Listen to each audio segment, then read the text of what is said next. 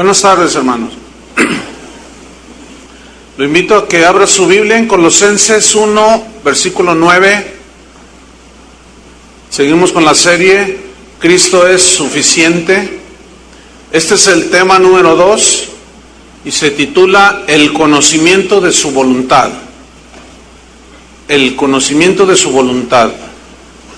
Colosenses 1:9 dice así: por lo cual también nosotros, desde el día que lo oímos, no cesamos de orar por vosotros y pedir que seáis llenos del conocimiento de su voluntad en toda sabiduría e inteligencia espiritual.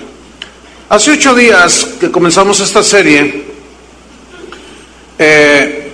estudiamos que la razón principal de la carta a los Colosenses que Pablo escribió fue mostrar la suficiencia de Cristo. Esa fue la razón principal. Y los colosenses estaban cayendo en el error de aceptar doctrinas que los estaban desviando de la suficiencia de Cristo. Bájale poquito, ¿sí? Entonces, San Pablo está allí estableciendo que Cristo nos basta, que no necesitamos otras cosas, que Cristo es el libertador, que Cristo es el salvador, es el creador de todo, merece el primer lugar en todo, que Él es la sabiduría de Dios, estamos completos en Cristo. Sin embargo, los colosenses estaban en un peligro por haber aceptado o los falsos profetas pretendiendo entrar para perturbar la vida espiritual de los cristianos. Entonces, vamos a estudiar versículo por versículo esta carta que pues nos va a edificar, nos va a llenar el corazón de conocimiento de Dios, del conocimiento de su voluntad. ¿Están listos? Ok, abra su Biblia en Colosenses 1:1. Colosenses 1:1.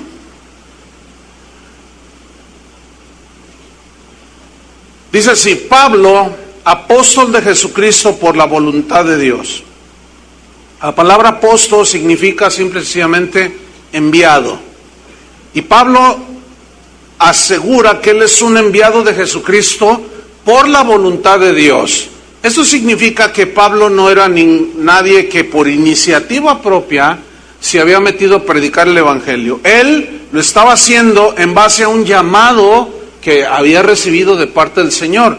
Y él estaba cumpliendo con su cometido. Versículo 2 dice, les escribe: a los santos y fieles hermanos en Cristo, que están en Colosas, gracia y paz sean a vosotros, de Dios nuestro Padre y del Señor Jesucristo. Versículo 3, siempre orando por vosotros, damos gracias a Dios, Padre de nuestro Señor Jesucristo, habiendo oído de vuestra fe en Cristo Jesús. Esto lo oyó por boca de Epafras. Recuerdan que él fue el que predicó allí, en Colosas. Entonces Epafras les dice: fíjate que los colosenses, los hermanos, están en peligro por falsos maestros, pero es gente que tiene fe fundada en Cristo y hay que guardarlos, hay que apercibirlos, hay que protegerlos. Entonces Pablo, inspirado por el Espíritu Santo, escribe esta carta a los colosenses. Y Pablo dice: yo he oído de vuestra fe en Cristo Jesús. Miren, el verdadero evangelio produce fe genuina. El evangelio defectuoso produce fe defectuosa. Eso es muy simple. Pablo le decía a los romanos que la fe viene, ¿por qué? Por el oír. Y el oír, historias de llanero solitario. No, por oír la palabra de Dios. Entonces Pablo está reconociendo algo en los colosenses, que el objetivo principal de su fe era Cristo y que estaban en lo correcto. El objetivo principal de la fe entonces es Jesús y no las cosas que Él puede darnos a nosotros. Últimamente ha habido muchas predicaciones en muchas iglesias alrededor del mundo que hablan mensajes en los cuales el énfasis de estas enseñanzas no es poner la fe en Cristo, sino en lo que Él puede darnos. Y ese es un error.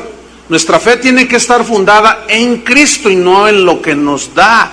Hay mucha gente que va a las iglesias queriendo obtener lo que necesitan. No vienen buscándolo a Él, sino vienen buscando lo que Él da. Y eso es muy diferente. Entonces Pablo dice, yo he oído de vuestra fe en Cristo Jesús.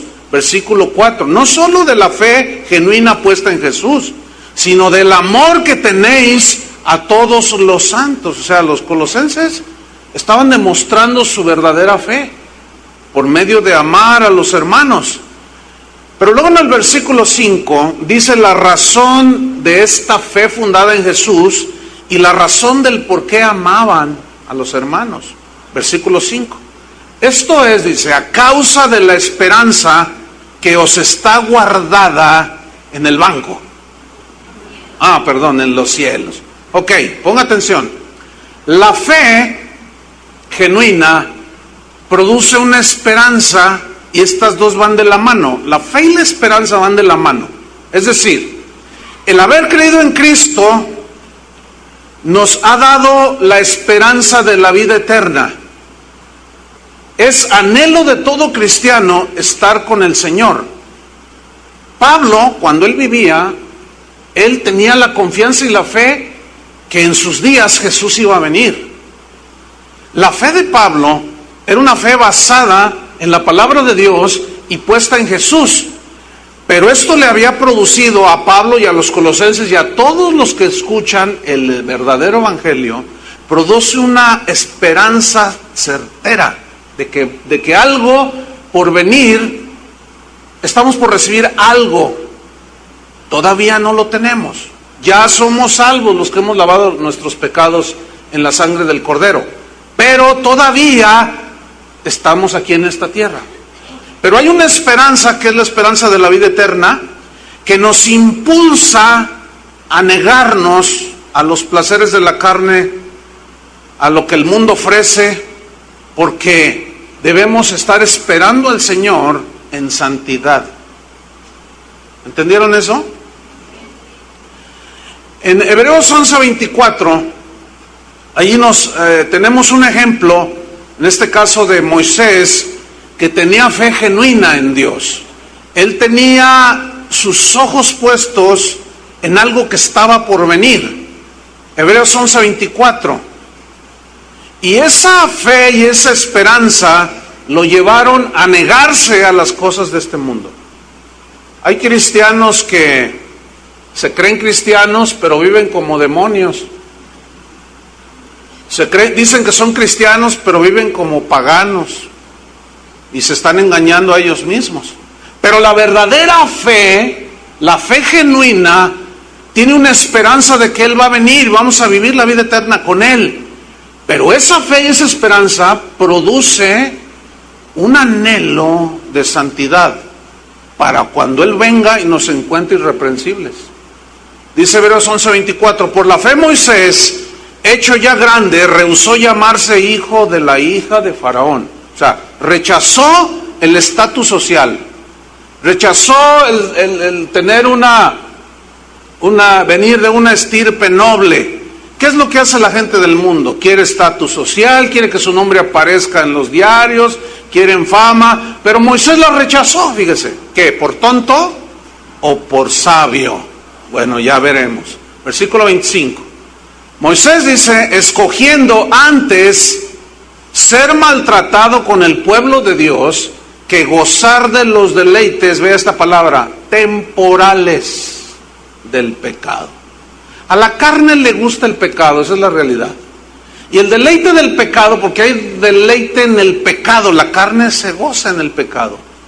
Pero este deleite es temporal. Y ahí es donde Moisés puso en la balanza. A ver, el pecado pues da ciertos deleites, pero es temporal. Y la vida eterna, esa es eterna, precisamente. Entonces puso en la balanza y tuvo la sabiduría basada en una fe y una esperanza versículo 26, que lo llevó precisamente a preferir sufrir que gozar del pecado, teniendo por mayores riquezas, fíjese, mayores riquezas, el vituperio de Cristo, o sea, la vergüenza de la cruz, ¿sí? El que Cristo haya sido crucificado. Tuvo mayores riquezas el vituperio de Cristo que los tesoros de los egipcios. Entonces aquí vemos dos tipos de riquezas: las riquezas del mundo y las riquezas espirituales. ¿Con cuáles tú te quieres quedar? Bueno, te quedas con una o con otra, no puedes tener las dos a la vez. Las dos se repelen indudablemente. Ahora bien, ¿qué era lo que hacía que Moisés viviera de esa manera, rechazando todo eso?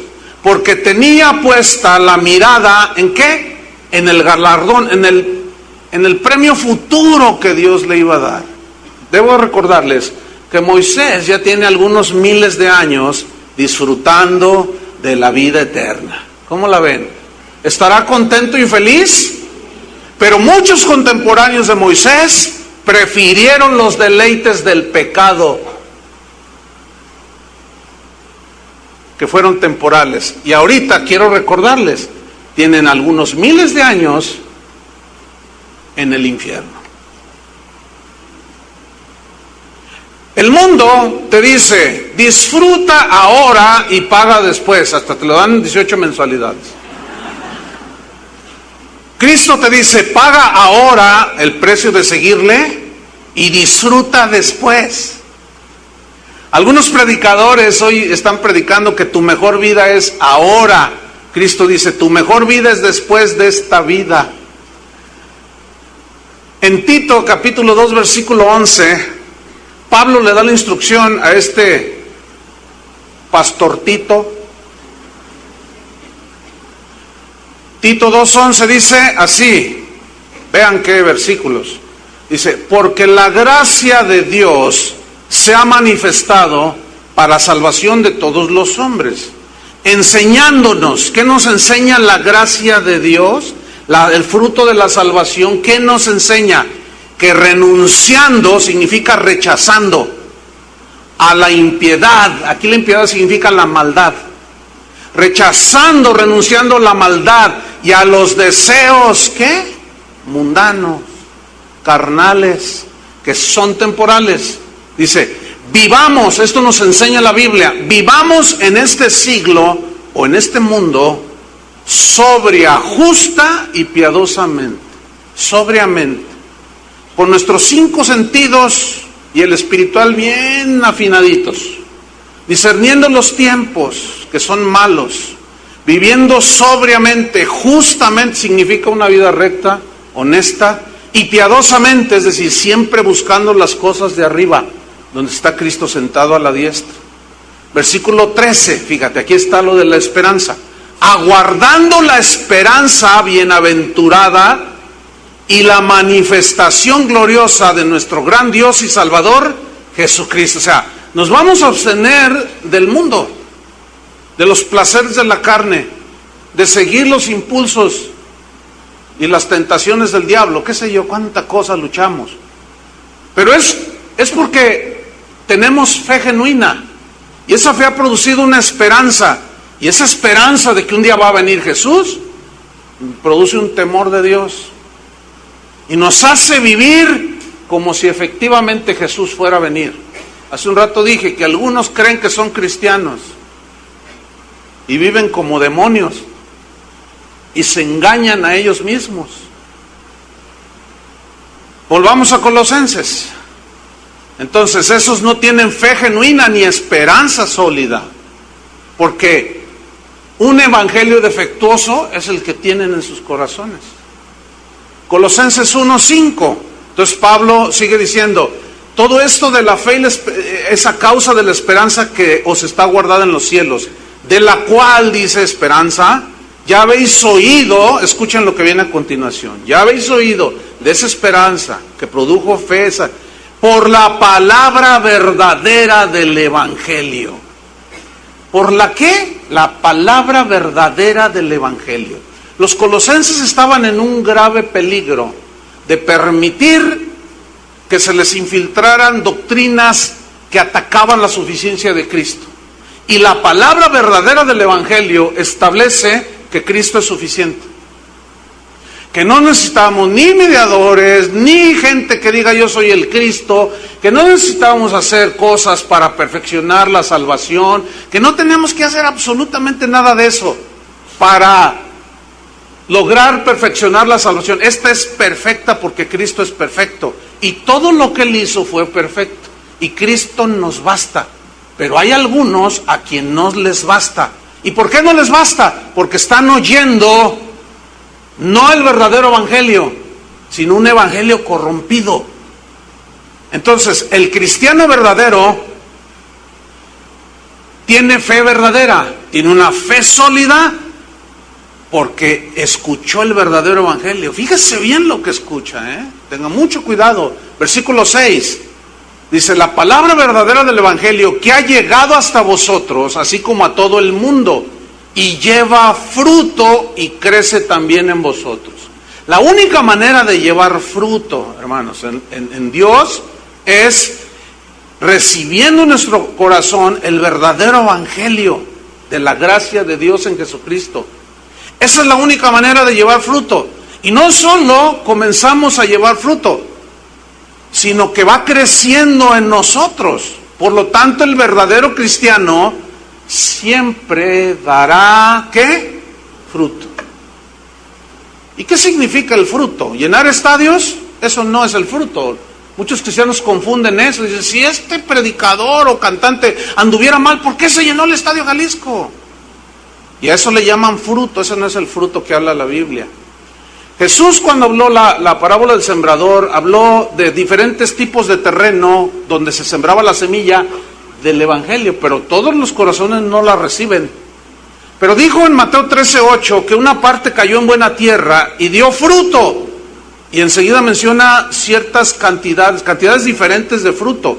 Dice, cual a 100, cual a 60 y cual a 30 por uno. Es decir, que un cristiano, una persona, un verdadero cristiano, da fruto sí o sí, porque esa es la nueva naturaleza que tiene. Porque un árbol bueno no puede dar frutos malos, ni un árbol malo no puede dar frutos buenos. Y aquí árbol es una metáfora de una persona, de un creyente. Pero noten que unos dan fruto abundante, 100%, otros 60 y otros 30, pero indefectiblemente todo verdadero cristiano dará fruto. Eso es lo que la Biblia asegura. Entonces los frutos son el resultado visible de la salvación, que se ve en el desarrollo paulatino en ese cristiano del carácter de Cristo. Va desarrollando el carácter de Cristo, comienza a amar, es más sensible a las necesidades, al sufrimiento de la gente, pero sobre todo su corazón está confiando en Dios. Comienza a hacer buenas obras en Cristo ahora, son obras vivas, y comienza a crecer ese cristiano. Y los colosenses estaban creciendo, y es la voluntad de Dios que nosotros sigamos creciendo y dando fruto. Sigo en el versículo 6. O sea, dan fruto y sigue creciendo desde el día, o sea, en el momento en que ellos recibieron el verdadero evangelio, se convirtieron desde el día que oísteis y conocisteis la gracia de Dios en verdad. ¿Conocisteis qué? La gracia de Dios verdadera.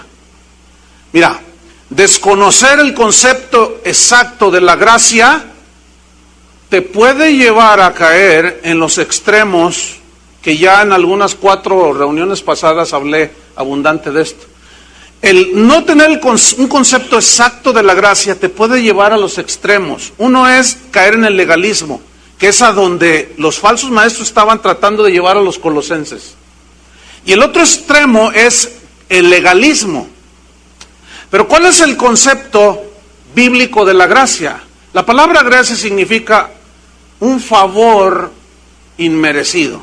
En este caso, Dios nos da todo aunque no merezcamos nada. Es decir, nos regaló la salvación aunque merecíamos la condenación, pero por gracia nos regaló la salvación.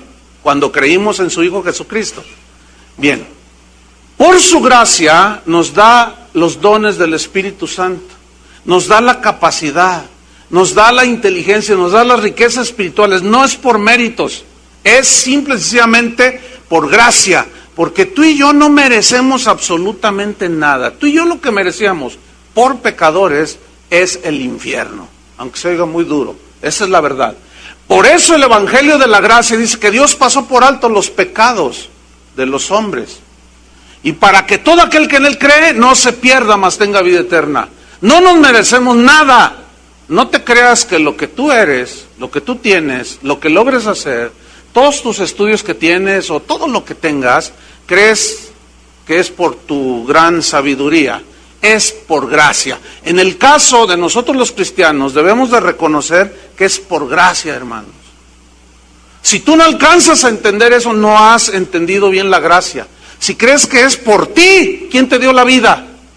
Es por gracia, porque merecemos la muerte.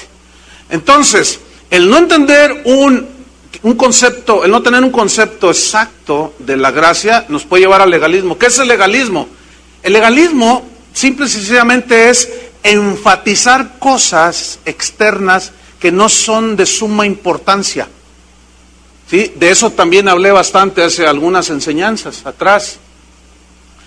Y es como los fariseos que se enfrentaban a Jesús. Jesús les dijo, guías ciegos, les dijo, que coláis el mosquito y tragáis el camello. El legalista es como los fariseos, siempre se cuela el mosquito, o sea, las cosas pequeñas, ay, ese color es del diablo, ay, esa guitarra es de Satanás, ay, ese teclado es... Y se fijan en tonterías, puras cosas externas, que los llevan a una esclavitud de andar haciendo cosas. Y Jesús les dijo, ustedes, a los fariseos, se cuelan el mosquito y se tragan el camello. Normalmente un legalista enfatiza siempre lo externo, siempre está ahí, no, que esto es así, que no sé qué, que no... Ya hablé bastante de eso. Para mayor información, escuchen las enseñanzas de hace 4 domingos. Entonces, fíjese, hace un par de días, un pastor me escribió un correo y me dijo, pastor, dice, fíjate que me salió un hermano súper legalista ahí en la congregación y todo cuestiona absolutamente todo. Y dice, y pues tú ya sabes qué es lo que cuestiona, todo lo externo. Dice, entonces, lo que dije, ay, ¿cómo trato con este? Ah, y me acordé, dice, lo que una vez tú dijiste. Y les voy a decir lo que yo hago cuando me encuentro un legalista, cuando llega, oiga pastor, usted aquí, que no sé qué es, eso es del diablo. Y esos son los legalistas. O sea, ellos no se fijan si hay amargura, si hay maldad en el corazón. No, ellos se fijan en lo externo. Pero ¿saben qué es lo que hago yo cuando me encuentro con un legalista? Inmediatamente le digo, oye, ¿eres casado? Sí. ¿Y cómo tratas a tu esposa? Ya con eso. Porque el legalista casi siempre son así. Entonces dice el pastor, no hombre, me acordé. Dije, bueno, le voy a decir lo que dice el pastor. Dice, oye, ¿eres casado? Dice, sí. Pues cómo no, hermano, aquí estoy en su iglesia. Usted sabe que soy casado. A ver, trae a tu esposa y le voy a preguntar cómo la tratas. No, bueno, hermano, todos somos débiles. Esos son los legalistas. Y Cristo rechazó esa actitud. ¿Por qué? Porque no conocen la gracia, no le dan espacio a la gracia, no se saben conducir, les falta sabiduría. Pero el otro lado es el libertinaje, que es el desenfreno en lo que se hace, en lo que se vive. Hay cristianos que creen que se vale de todo y que el fin justifica los medios. Eso es una mentira. Y dice ahí en Judas 4 que hay hombres impíos que convierten en libertinaje, ¿qué? La gracia de Dios. Ponles ahí Judas 4 de la pantalla, para que no digan que lo estoy cuenteando. Hombres impíos que convierten en libertinaje la gracia de Dios. Fíjate, convierten, transforman, corrompen en un libertinaje, ¿qué? La gracia de Dios. Ahí están los dos extremos. Ahora volvamos a Colosenses. Pablo les está diciendo, desde el día que oísteis y conocisteis la gracia de Dios, en verdad. Entonces, ellos habían conocido la gracia de Dios, pero estaban a punto de ser desviados. Tenemos que tener mucho cuidado, hermanos. Versículo 7. Como lo habéis aprendido de Epafras, que fue quien les predicó el Evangelio. Ahora, ¿qué les predicó? La gracia de Jesús. Les predicó el Evangelio verdadero. Dice, nuestro consiervo amado, Epafras, que es un fiel ministro de Cristo para vosotros. ¿Que Epafras es un qué? Fiel ministro de Jesucristo. Ahora, viene aquí una pregunta. ¿Qué es ser un fiel ministro de Jesucristo? ¿Traerles al mejor cantante de la farándula cristiana? ¿Eso es ser el mejor ministro de Jesucristo? ¿Traerles el milagrero de moda? Para que los divierta un rato con milagros y señales. No las estoy negando, yo creo en señales y milagros. Pero no en el exhibicionismo de estos. Porque Cristo no lo fue, ni los apóstoles tampoco. Pero estos utilizan estas cosas. Pero ¿qué dice Pablo entonces aquí? Que Epafras es un fiel ministro de Cristo. ¿Qué es entonces un fiel ministro de Cristo? Es muy sencillo. El que predica la palabra verdadera del Evangelio. Así de simple. Pero luego hay más, fíjense, dice. Aquí en el versículo 7. Es un fiel ministro de Cristo para vosotros.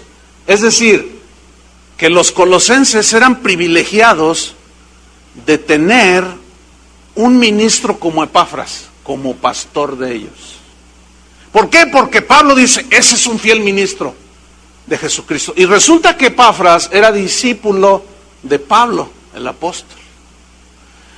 Bienaventurado el pueblo, en cualquier iglesia alrededor del mundo, bienaventurada la grey, la iglesia, cuyos pastores predican la palabra verdadera del Evangelio. Pero pobres de aquellas ovejas que tienen un infiel ministro de Jesucristo, necesitan nuestras oraciones, hermanos. Las oraciones de todos por todos. Pero hay mucho pueblo que está sufriendo, hermanos. Hay muchas ovejas que están sufriendo, porque en lugar de tener fieles ministros del Evangelio, tienen fieles payasos trepados ahí. Abusadores, pisotean las ovejas, se enseñorean de ellas, las maltratan y abusan de ellas. Entonces Pablo dice, Epafras, nuestro consiervo amado. Pablo lo amaba. Es un fiel ministro de Cristo para vosotros. Pero sigue versículo 8. Quien también, o sea, Epafras, nos ha declarado vuestro amor en el Espíritu. O sea, de que amaban a Pablo y sin conocerlo. Y ellos entonces estaban demostrando su amor al apóstol, aunque sin conocerles. Y Pablo les regresa, les corresponde a eso, teniendo cuidado de ellos. Epafras, siendo un fiel ministro de Jesucristo, de pronto no supo qué hacer ante los embates de las herejías y de los falsos maestros. Por eso fue que acudió al apóstol Pablo.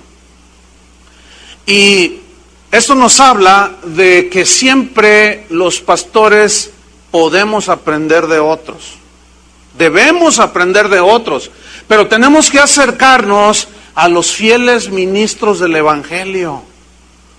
Como Epafras, sabiamente se acogió y se acercó al apóstol Pablo, quien era un predicador fiel del Evangelio.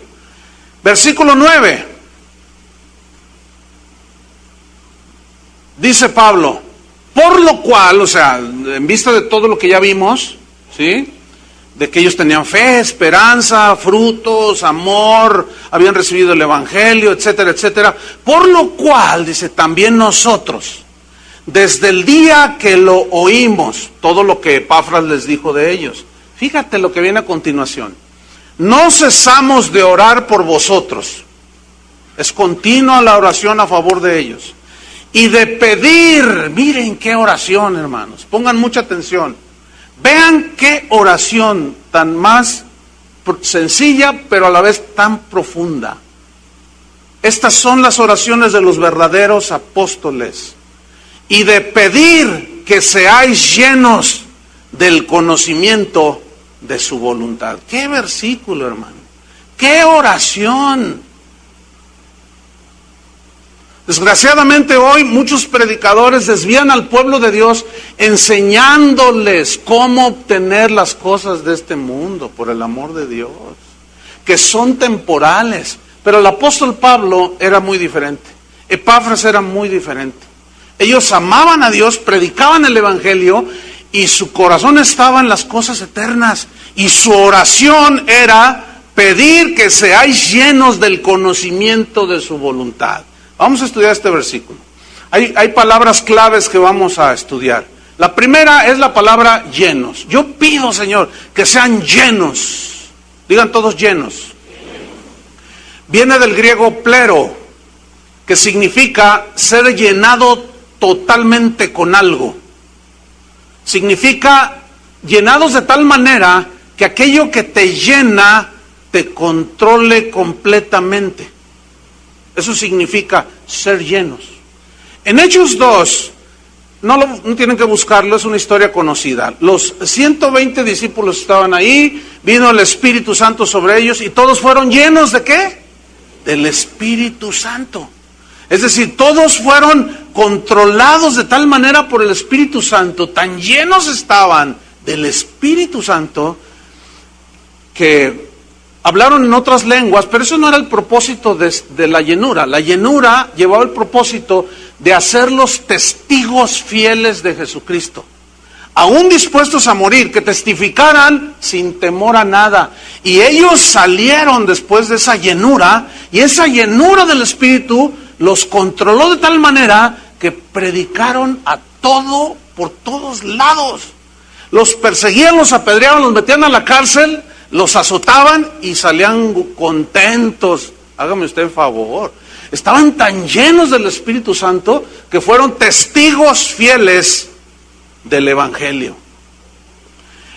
Hay otro caso, Esteban, avanzando un poco en el libro de los Hechos, en el capítulo 6, dice que Esteban estaba lleno de fe, así dice, lleno, y es la palabra plero, estaba completamente dominado y controlado por la fe, la confianza en Dios. Tenía una confianza tal que no le importó morir en su primera predicación, debut y despedida. Lo asesinaron a pedradas. Pero dice la Biblia que estaba lleno de poder, de fe y de sabiduría, y que los que oían el mensaje de Esteban no podían resistir, dice, la sabiduría y al espíritu con el que hablaba. Dice que crujían sus dientes, como de cuando en cuando hay un crujiente oyente aquí a veces. En la mañana algunos crujían, porque están llenos de otra cosa, por eso.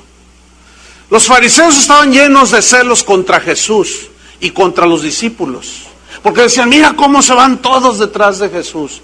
Y sus celos, como estaban llenos, estaban controlados por esos celos, iban con Jesús y le ponían trampas, querían asesinarlo, querían avergonzarlo, querían ponerlo en vergüenza. Y le decían, ¿es lícito dar al César? Y Jesús les respondía con sabiduría. Pero de lo que estaban llenos los fariseos, eso es lo que hacían. ¿Se acuerdan cuando los discípulos estaban en la barca y Jesús dormido allá? Que se anegaba y estaban todos llenos ¿de qué? De miedo. Que perdieron la confianza de que si Cristo iba en la barca, era imposible que la barca se hundiera, hermanos. Si tú tienes a Cristo en tu vida, es imposible que tu vida se hunda. ¿Escucharon eso? Si se hunde es porque Cristo no está allí. Pero ellos estaban llenos de temor. Y Jesús los ubica, se levanta, se estira un poco y reprende al viento y al mar. Y los discípulos, ¿quién es este? Que hasta el viento y el mar le obedecen. Todavía no lo conocían bien. Pero aquí hay un principio. En cada caso que yo mencioné, todos estuvieron llenos totalmente de algo que los controlaba y los dominaba. ¿Sí? Algunos estaban llenos de fe, de sabiduría, y esto los controlaba y los hacía obrar como obraban. Otros estaban llenos de temor y de celos. Entonces, de lo que estés lleno en tu interior, esto es lo que controlará tu vida. ¿Entendieron eso? Por ejemplo, si tú estás lleno de afán, el afán, como estás lleno, te domina completamente. Y pones un negocio y estás pidiéndole a Dios que bendiga tu negocio y resulta que Dios lo bendijo. Y luego abres otro negocio y te empiezas a alejar, ya no oras, no lees la Biblia, ya no te congregas y dices que estás bien bendecido. Entonces comienzas a obrar simple y sencillamente en base a lo que tienes, a lo que estás lleno. Si estás lleno de afán, si estás lleno de rencor, ¿cómo vas tú a obrar? Si estás lleno, esa llenura de rencor, de amargura te va a dominar, te va a controlar. Yo les he dicho que es muy fácil darse cuenta quién está amargado. Es muy fácil darse cuenta quién está celoso, quién es envidioso. Es muy fácil darse cuenta quién está orgulloso. ¿Por qué? Jesús lo dijo. De la abundancia del corazón, de la abundancia, esa abundancia significa de la llenura de tu corazón, eso va a hablar, ¿qué? Tu boca. Entonces, cuando escuches a alguien hablar y siempre quejarse, no, que mi papá me dice, que está lleno de amargura. Y toda su plática gira alrededor de su amargura. Y lo controla, lo domina. Es que no puedo dejar esto. Alguien le dice, perdona ya a tu papá por el amor de Dios. Así como Cristo, es que no puedes, que tú no entiendes lo que me hizo mi papá. No, el que no has entendido eres tú. Entonces Pablo llega.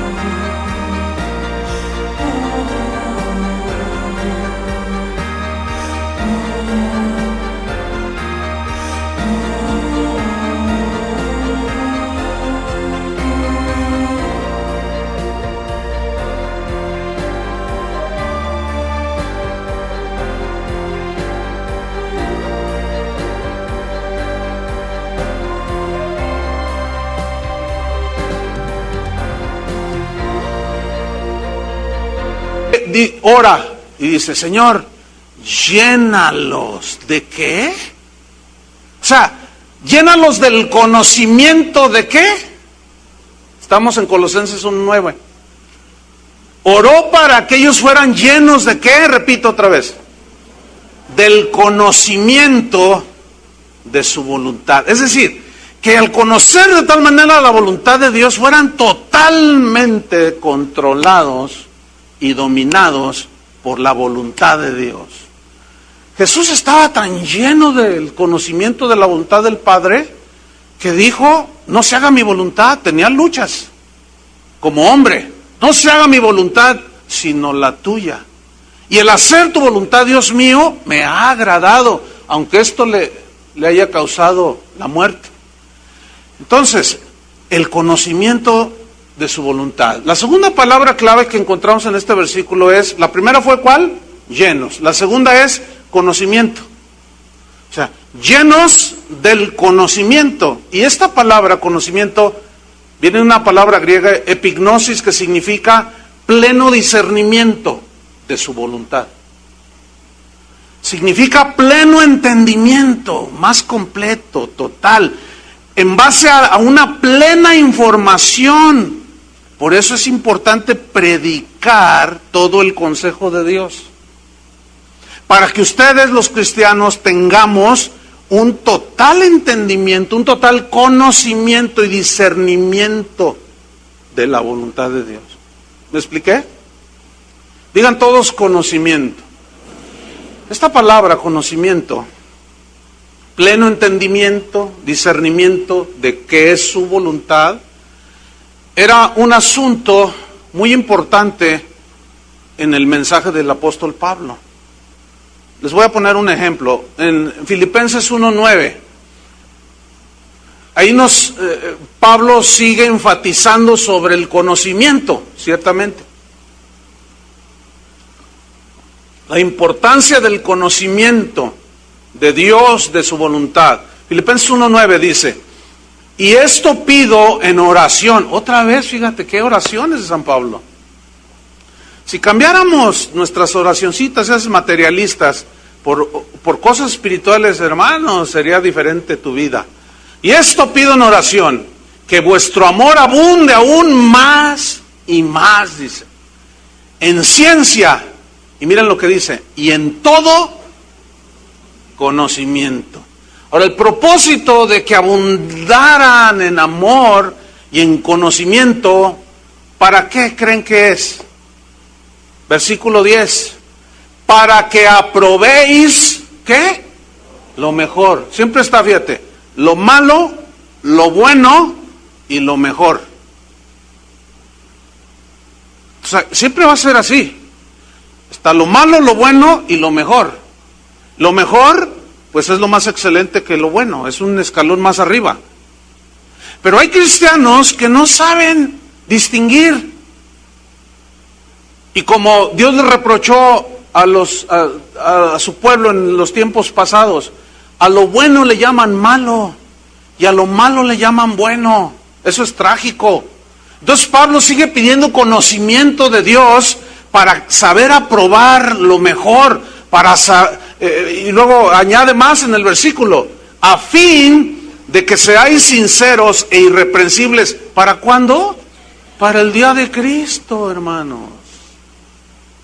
Para cuando Cristo venga. Por eso necesitamos conocerlo a Él, entenderlo a Él, saber cuál es su voluntad y estar llenos del conocimiento de su voluntad para que nos estemos irreprensibles cuando Él venga. Esto nos está llevando a que el cristiano debe, es un deber, porque la Biblia dice, sed llenos del Espíritu, ¿no es cierto? Y es la misma palabra, plero, que los controle, que los gobierne totalmente el Espíritu de Dios, y sean dominados totalmente por la voluntad de Dios. Pero esa voluntad de Dios, ¿dónde la vamos a encontrar? En las Escrituras, hermano. A ver, todos levanten su libro. Y los que no traen, ¿de dónde se van a agarrar? Ahí está la cosa, pues. Jeremías 9:23. Mire qué versículos, Jeremías 9:23.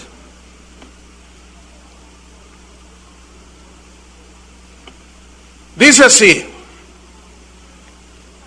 Así dijo el apóstol Juan sin miedo. Ay, perdón, ¿qué dice su Biblia, ¿Qué dijo quién? ¿Quién habló? Note que no dice, dirá Jehová. No. Dijo. Ya dijo. Así dijo Jehová. ¿Qué dijo Jehová? Lo siguiente. No se alabe el sabio en su sabiduría, ni en su valentía se alabe el valiente. Ni el rico se alabe en su riqueza. Significa, no se jacte en esas cosas. Y luego fíjate el versículo 24, dice, mas alábese en esto el que se hubiere de alabar. O sea, jactarse, regocijarse con una jactancia no negativa, ¿sí? Sino es un jactarse de decir, yo conozco al Señor. En esto jactate, dice, el que se hubiere de jactar, se puede leer así, en entenderme y conocerme. ¿Qué quiere el Señor? Que lo entiendas. que lo conozcas. Pero no todos entendemos. Y no todos lo conocemos. En una ocasión Jesús le dijo a sus discípulos: las cosas que yo les estoy diciendo ahorita no las entienden ahora, pero las entenderán después. O sea, no todo lo entendemos, ¿estamos ciertos? Pero un día tenemos que llegar a entender las cosas. Y habrá otras que no entendemos, pero llegará el tiempo que las entendamos. Y esto habla del crecimiento, de la madurez que debemos de desarrollar. Ahora, en esto, Dios quiere que tú y yo estemos bien parados en entenderlo. Cuando Jesús platicó con Nicodemo, que era un maestro de las Escrituras, Jesús le dijo: es necesario que nazcas de nuevo, Nicodemo. Y Nicodemo dijo: ¿cómo? Tienes que nacer de nuevo. Dice: pero ¿cómo yo, siendo un hombre viejo, puedo volver a entrar al vientre de mi madre y nacer? Y Jesús le dice: Nicodemo, eres maestro de Israel y no entiendes esto. Fíjate nomás. De cierto te digo que si no naces de nuevo, no puedes ver el reino de Dios. Y el otro: no entiendo. Escúchenme bien. La Biblia dice muy claro que el hombre natural, o sea, el hombre sin Dios, no puede entender las cosas de Dios. ¿Por qué? Porque se deben de entender, de discernir. ¿Cómo? Espiritualmente. Fíjense, a mí me han invitado en varias ocasiones a tener debates. Me han invitado al Canal 4, me han invitado a tener debates, incluso a algunas universidades, y no voy. ¿Saben por qué no voy? Pues, ¿cómo van a entender? Yo no voy a perder el tiempo. Porque allí yo me salgo con la mía, yo soy ateo y a ver, enséñame a Dios. ¿Y cómo va a entender lo que le diga? Entonces dice: no, lo que pasa es que tú tienes miedo. Entonces, ¿qué le digo para que entienda? Simplemente le doy la vuelta y no me paro ahí. Hay otros que sí, van y lo hacen. Pero, mira cuántos convertidos hay. Pero en fin, bueno, ese no es el punto principal. Aquí es en entenderme y conocerme. Hay cristianos que se turban todo de lo que les pasa. Ay, no entiendo, Dios mío, ¿por qué pasó esto? ¿Por qué la tragedia de Haití, Dios mío? Pobres personas, no entiendo. ¿No entiendes? ¿No te gustaría entender? ¿Sí o no? Bueno, ¿y en qué se complace Dios? En que le entiendas. Pablo entendía de una manera maravillosa y decía que los que amamos a Dios, todas las cosas nos ayudan para bien. Y hay cristianos que no entienden, apenas tienen una prueba, una confrontación, una disyuntiva, una escasez, se enferman, les duele el pie izquierdo, qué sé yo, y ya están: Señor, yo soy tu hijo, soy hijo del rey. Y no entiendo por qué me pasa eso. Te falta entenderlo, ciertamente. Y te falta conocerlo. Pero para entenderlo y conocerlo, ¿qué tenemos que hacer? Miren, antes de decirles qué tenemos que hacer, vean este versículo, Isaías 1:3. No, este versículo, de plano, nos avergüenza. Ya, ábranlo. Isaías 1, versículo 3.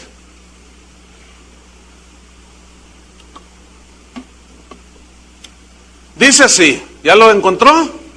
Está en la Biblia, por cierto.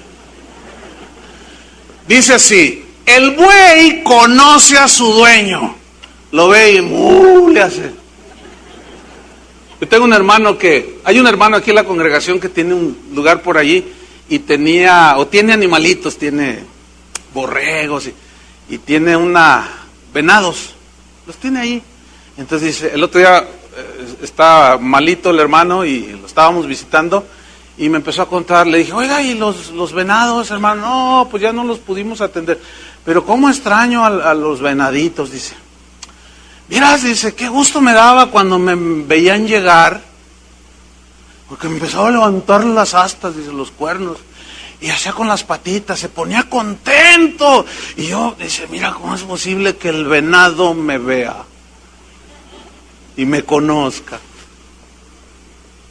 Fíjate lo que dice ahí, ¿eh? El buey conoce a su dueño. ¿Qué más dice? Y el asno, el pesebre de su señor. Pero vean lo que viene a continuación. Israel no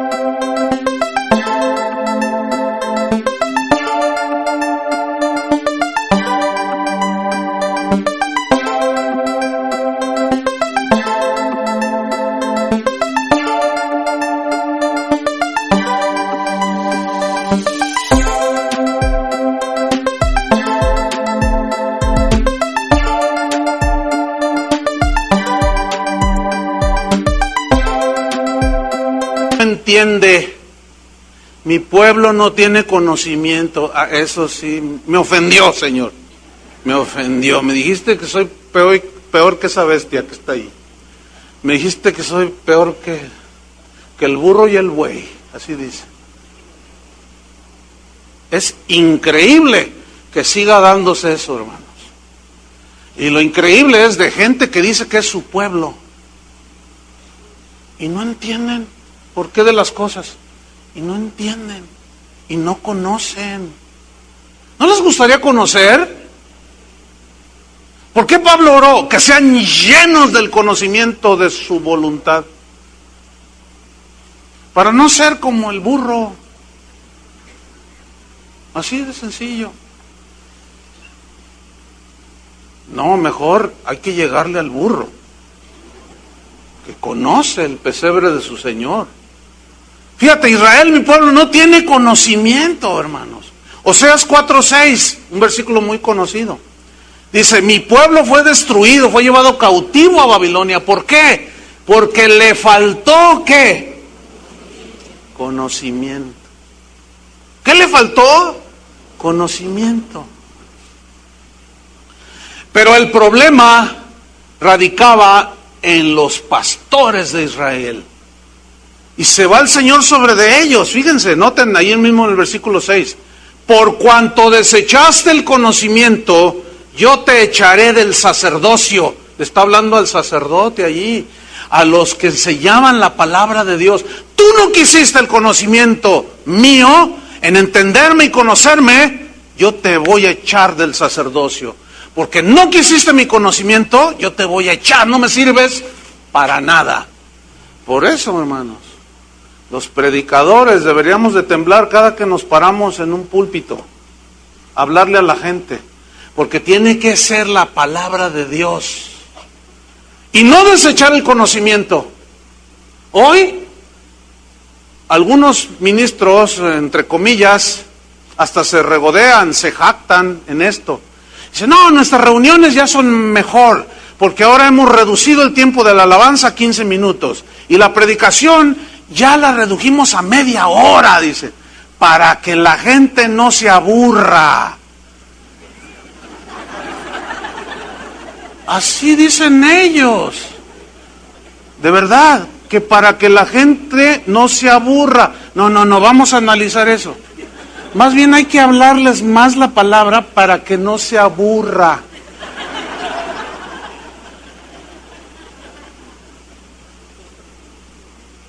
A mí me da una pena, de verdad, hermanos, que supuestos pastores estén haciendo eso con el pueblo de Dios. Mire, yo le predico 3 horas. No me estoy jactando de una manera negativa. Yo puedo hablarle 3 horas seguidas de la palabra. Pero, ¿cuántos de ustedes aguantan? No, es que tengo que ir ¿A dónde tiene que ir? ¿Cuántos aguantarían 3 horas? Bueno, después que se vayan todos los carnales, se quedan los espirituales. A ver si es cierto. No, hermanos, mire, escúchenme bien. Nada más para escudriñar superficialmente, se lo digo en serio, superficialmente, la epístola a los Colosenses, nos vamos a llevar 4 meses, 16 domingos. Nada más una cartita, hermanos. Y si la volviéramos a reiniciar, el estudio de esta epístola saldría diferente. Hermanos, como para andar allá perdiendo el tiempo en enseñarle a la gente tontería y media. ¡Qué condenación! No, la verdad que hay que ponernos a temblar sobre eso, hermanos. Pero las consecuencias, vea en Oseas 4:6, por cuanto desechaste el conocimiento, yo te echaré del sacerdocio, y porque olvidaste la ley de tu Dios, también yo me olvidaré de tus hijos. ¿Les gustó eso? A mí no. Pero resulta que así dijo Jehová. Ahora bien, ¿cómo obtener conocimiento? Bueno, Juan 7:17, fíjate lo que dice Jesús. El que quiera hacer la voluntad de Dios, yo les pregunto, ¿cuántos quieren hacer la voluntad de Dios? Pues yo sé que todos amén, sí. Pero les voy a hacer otra pregunta. Entonces, ¿por qué no la hacemos? Porque no la conocemos. Ese es un buen pretexto. Es que no sé, no la conozco. Pero fíjate lo que dice Jesús. El que quiera hacer la voluntad de Dios, conocerá, entenderá si la doctrina, estaba diciendo Jesús, la doctrina que yo hablo es de Dios.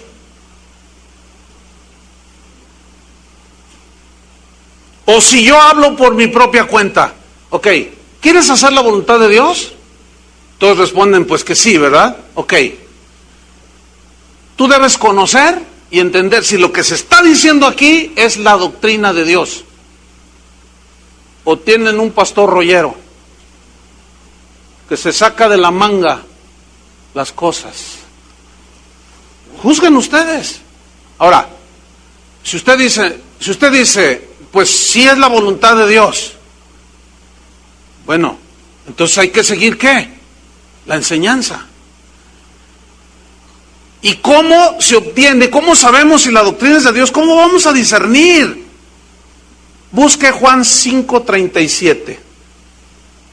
Esta es una parte donde, bueno, ¿cómo vamos a conocer? La pregunta es, ¿cómo vamos a conocer la voluntad de Dios? La respuesta es, conociendo las Escrituras. ¿Están de acuerdo con eso? Porque ahí está revelada la voluntad de Dios. En Cristo que está revelado, están escondidos todos los tesoros de la sabiduría y del conocimiento. Pero estos versículos, vea Juan 5:37, dice, también el Padre que me envió, aquí está discutiendo con los fariseos, ha dado testimonio de mí, dice. Nunca habéis oído su voz, ni habéis visto su aspecto. Vea el 38, ni tenéis su palabra morando en vosotros. Porque a quien Él envió, o sea Cristo, vosotros no creéis. Y ve el versículo 39, que no es un mandamiento en sí mismo, sino es un reproche, es una confrontación de Jesús hacia los maestros de Israel, los pastores de Israel. Y les dice, ¿qué les dice? Escudriñad las Escrituras. Dice, a vosotros os parece que en ellas, en las Escrituras, tenéis la vida eterna, que ahí está escondida el secreto de la vida eterna, y ese misterio era Cristo. Dice, ustedes creen, les parece que en ellas tienen la vida eterna, y ellas, las Escrituras, son las que dan testimonio de mí. Fíjate, esperaban al Mesías, lo tenían enfrente y no creían en él.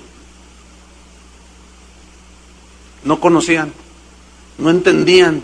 ¿Por qué? Porque toda su vida era legalismo. Y el legalista no va a entender, no va a conocer. Versículo 40, y no queréis venir a mí para que tengáis vida. Fíjate, no queréis venir a mí para que tengáis vida. Entonces las Escrituras nos revelan la voluntad de Dios para nosotros.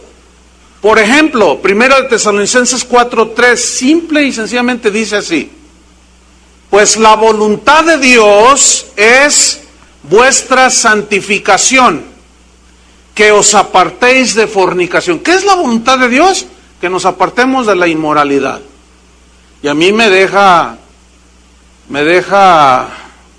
boquiabierto la falta de entendimiento en los mismos cristianos.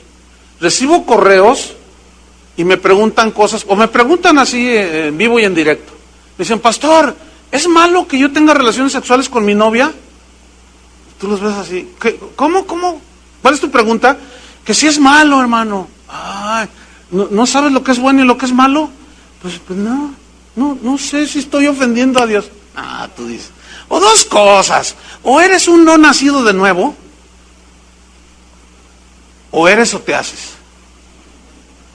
O sea, ahora, después de leer esto, ¿quién no puede entender esto tan sencillo? ¿Qué es la voluntad de Dios? ¿Cuál es la voluntad de Dios? ¿Que nos apartemos de qué? De la inmoralidad. Yo sé que van a poner sus pretextos algunos, van a decir, no, pero lo que importa es el amor, que nos amemos. O sea que no te importa lo que dice Dios, no te importa la voluntad de Dios. Pues yo creo que Dios es amor. ¿Tienen razón que Dios es amor? Sí, pero también es un Dios santo que sigue aborreciendo el pecado. Y ya algunas parejitas se están codeando. Dejen de acostarse. Simple y sencillamente eso. Ya están advertidos, según la palabra de Dios. Qué serios se quedaron. No sé por qué. 1 Tesalonicenses 5:18. Dice así: dad gracias en todo, porque esta es la voluntad de Dios para con vosotros en Cristo Jesús. Que le dé las gracias de todo. Oiga, pastor, si me corrieron del trabajo, ¿cómo le voy a dar gracias a Dios? Espéreme. Le voy a decir más o menos cómo es lo que dice allí. Señor, me corrieron del trabajo. Como si él no lo supiera, ¿verdad? Señor, tú sabes que tengo hijos, tengo una esposa, tengo que pagar renta. Señor, te doy gracias porque sé que no me vas a dejar. No me vas a abandonar, Señor. Soy tu hijo. Tengo más valor que las aves del cielo. Y no me va a faltar vestido porque a las flores las vistes así. Te doy gracias, Señor, porque a pesar de esto, yo sé que mi vida está en tus manos. Y te doy gracias por esto. Y te doy gracias a pesar de las circunstancias. Den gracias en todo porque ¿qué? ¿Esa es qué? Díganlo. La voluntad de Dios. Pero ¿qué hacemos? Lo contrario. En lugar de darle gracias a Dios, nos quejamos, lloramos y castigamos al Señor. Ya no voy a la iglesia. Pero mire este versículo, 1 de Pedro 4:19. Este versículo, hermano, cuando le salga uno de esos de la prosperidad, de los positivos, esos que lo que dicen se sucede, dígale, oiga, mi estimado próspero, ¿me puede explicar 1 de Pedro 4:19? Pero como nunca lo ha leído en su vida, te va a decir, no, nada más tiene 18 versículos. El capítulo 4. Entonces usted le va a decir, no, mira. ¿Me puedes explicar 1 de Pedro 4:19? Aquí está, mira. ¿Ustedes tienen 4:19 en su Biblia? ¿Me lo puede explicar, señor positivo? Vamos a leerlo. De modo que los que padecen según la voluntad de Dios, ¿qué dice allí? Te reprendo, Satanás. no lo recibo. De modo que los que padecen según qué, no me gusta eso. ¿Ha oído esos predicadores? No es la voluntad de Dios que estés enfermo. ¿Los ha oído? No es la voluntad de Dios que estés sufriendo. ¿Los ha oído? No es la voluntad de Dios que estés pobre. ¿Los ha escuchado? Mentirosos. Porque hay veces en los que Dios, en su soberanía, nos pone en situaciones que nos hacen sufrir. Pero ¿cuál es la instrucción de la Biblia? ¿Cuál es? ¿Qué tenemos que hacer?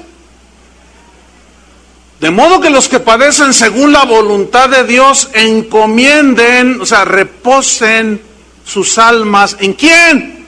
En el fiel Creador. ¿Por qué dice? ¿Por qué no dice en el Dios de amor? ¿Por qué dice en el fiel Creador? Porque no te va a dejar, pero te va a probar.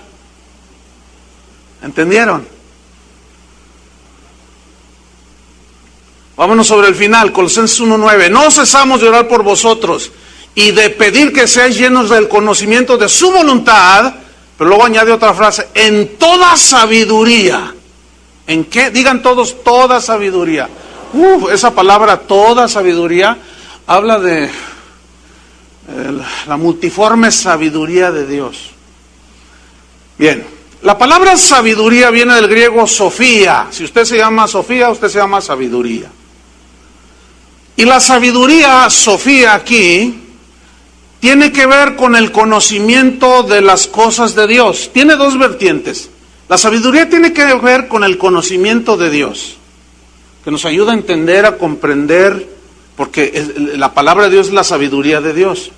Y la otra vertiente es que tiene que ver con el conocimiento de los asuntos de la vida cristiana cotidiana. O sea, todo lo que está a nuestro alrededor, lo que nos pasa, por qué nos pasa, cómo enfrentar las situaciones de la vida. Entonces, necesitamos sabiduría. Abra su Biblia en Proverbios 2, versículo 1, y vea qué versículos. Proverbios 2, 1. ¿Cuántos reconocen que necesitan sabiduría? Toda sabiduría, para toda circunstancia. ¿Sí?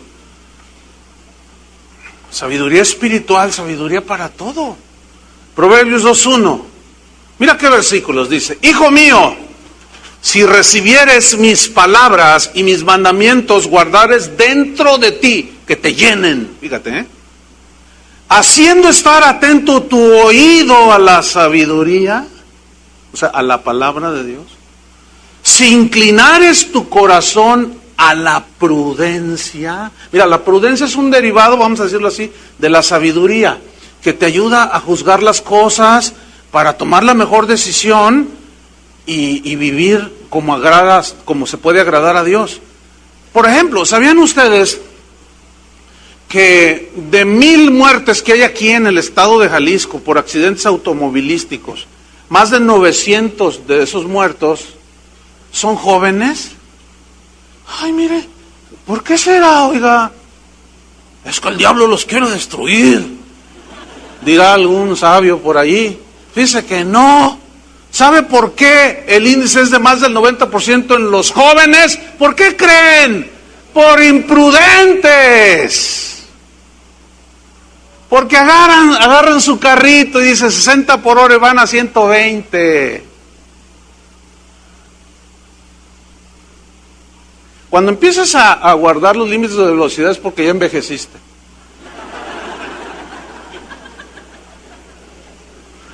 Que al cabo Dios si es más fácil frenar un auto que va a 60 por hora que uno que va a 120. Y luego te estampas y destrozas todo y te quedas sin pies. Y luego, ¿por qué, Dios mío? Y el Señor nomás. Y el Señor, mira, ¿por qué permitiste esto? Por imprudente.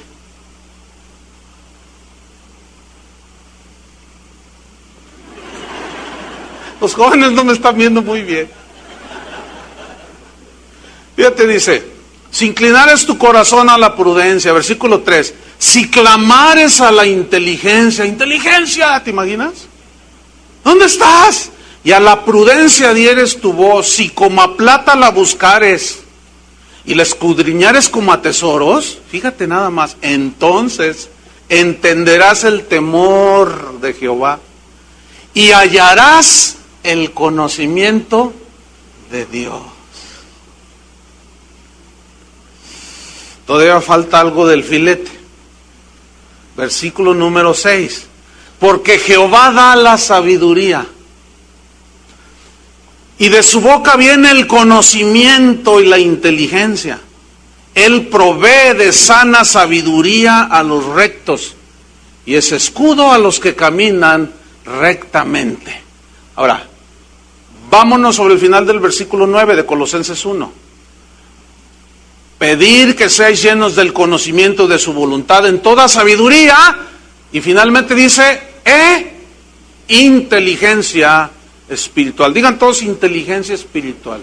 ¿Qué es eso de inteligencia espiritual? Mira, viene de una palabra griega sunesis. Y sunesis es como una extensión de la sabiduría, vamos a ponerlo así, que nos ayuda a hacer una aplicación de los principios bíblicos a la vida cotidiana. Es decir, tú puedes entender todos los misterios, la ciencia, conocimiento tremendo de muchas cosas, tener revelación y todo, pero escúchame bien, si no lo aterrizas en la vida cotidiana, no te sirve de nada.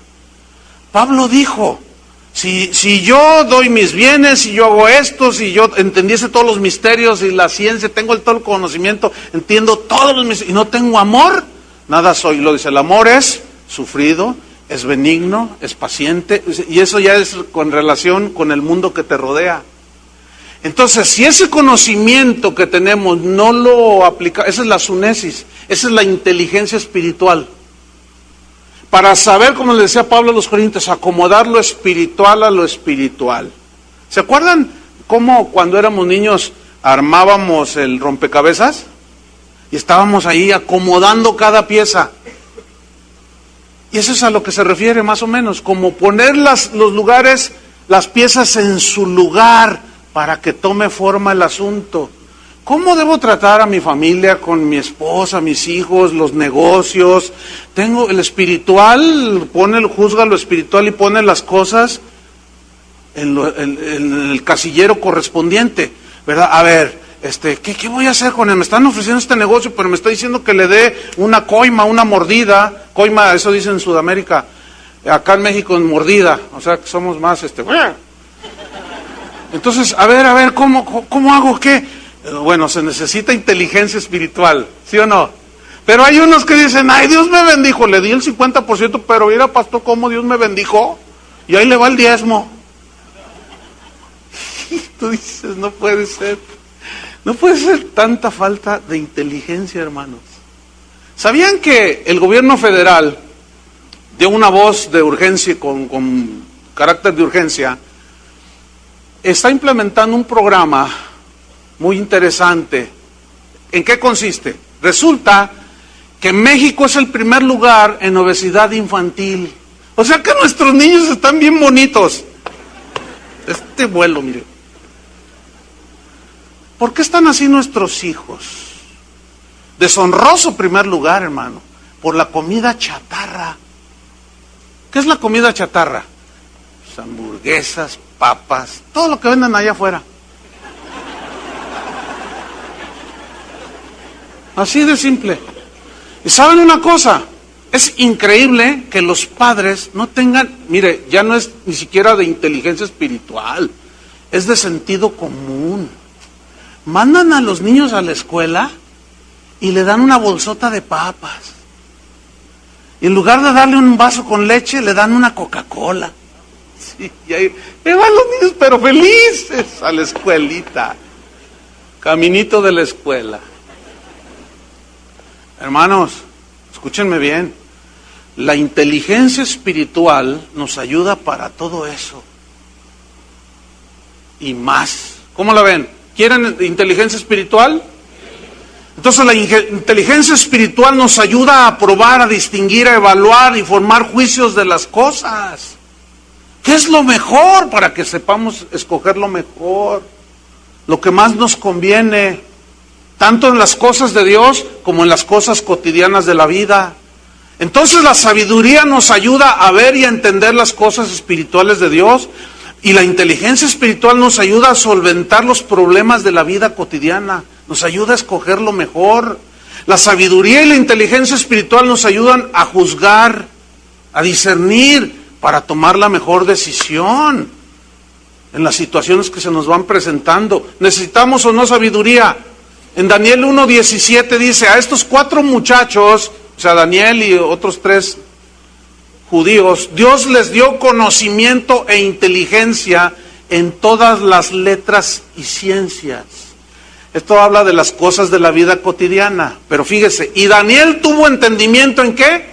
En toda visión y sueños, es decir, en asuntos espirituales. Daniel era 10 veces mejor que los demás, los sabios que tenía ahí el rey. 10 veces mejor fue hallado David y estos. ¿Por qué? Porque tenían la sabiduría de Dios, tenían la inteligencia de Dios. Y termino con Proverbios 8, versículo 1. Mire qué escrituras, y con esto quiero terminar. Una descripción bíblica de la sabiduría, una personificación de la sabiduría. Muchos teólogos dicen que es una referencia definitiva a Jesús. Yo estoy de acuerdo con esa interpretación. Pero vamos a leer Proverbios 8:1. Y terminamos. Los que se vayan a quedar a otras 2 horas, Proverbios 8:1, dice así. ¿Ya lo tienen? Quiero que lo vea, o si no traigo su Biblia, ahí está en la pantalla. Dice así: ¿no clama la sabiduría y da su voz la inteligencia? En las alturas junto al camino, ahí está la sabiduría, la inteligencia esperando. A las encrucijadas de las veredas se para la sabiduría. En el lugar de las puertas, donde la gente pasa. A la entrada de la ciudad, a la entrada de las iglesias, no dice, debería de decir, ¿no? A la entrada de las puertas, de hecho lo implica ahí, ¿no? Por donde la gente entra o sale, da voces, ¿qué? La sabiduría, la inteligencia, clamando. ¿Qué clama? Vamos a ver, versículo número 4. Oh hombres, a vosotros clamo, dirijo mi voz a los hijos de los hombres. Entended, oh simples, discreción. Y vosotros necios, entrad en cordura. Oíd, porque hablaré cosas excelentes, y abriré mis labios para cosas rectas. Porque mi boca hablará verdad, y la impiedad abominan mis labios. Acuérdense que está hablando la sabiduría. Justas son todas las razones de mi boca. No hay en ellas cosa perversa ni torcida. Todas ellas son rectas al que entiende, y razonables a los que han hallado sabiduría. Recibid mi enseñanza y no plata. No, yo prefiero la plata, dice un hermanito por ahí. Recibid mi enseñanza y no plata, y ciencia antes que el oro escogido. Y miren este versículo para los que andan buscando los polvos de oro y las piedras preciosas. Porque mejor es la sabiduría que las piedras preciosas. ¿Qué es mejor? Y se la pasan todo el culto, la reunión o la asamblea, esperando 2 horas ahí que les caigan las piedras preciosas. Y la sabiduría clamando allá en la entrada de la iglesia. Simples, entren en cordura. Insensatos, necios, escúchenme. La sabiduría la necesitan. Mejor es la sabiduría que las piedras preciosas. Y todo cuanto se puede desear no es compararse con ella. Yo la quiero. ¿Cuántos la quieren? Y fíjese que es gratuita. ¿Cuántos le dan gracias a Dios por eso? ¡Qué tremendo! Termino. ¿Estoy en qué versículo? 12. Yo, la sabiduría, habito con la cordura, y hallo la ciencia de los consejos. El temor de Jehová es aborrecer el mal, la soberbia y la arrogancia, el mal camino y la boca perversa aborrezco. Conmigo está el consejo, clama la sabiduría, y el buen juicio. Yo soy la inteligencia, mío es el poder, por mí reinan los reyes y los príncipes determinan justicia. Por mí dominan los príncipes y todos los gobernadores juzgan la tierra. Yo amo a los que me aman y me hallan los que temprano me buscan. Busquemos, hermanos, ser llenos del conocimiento de su voluntad en toda sabiduría e inteligencia espiritual.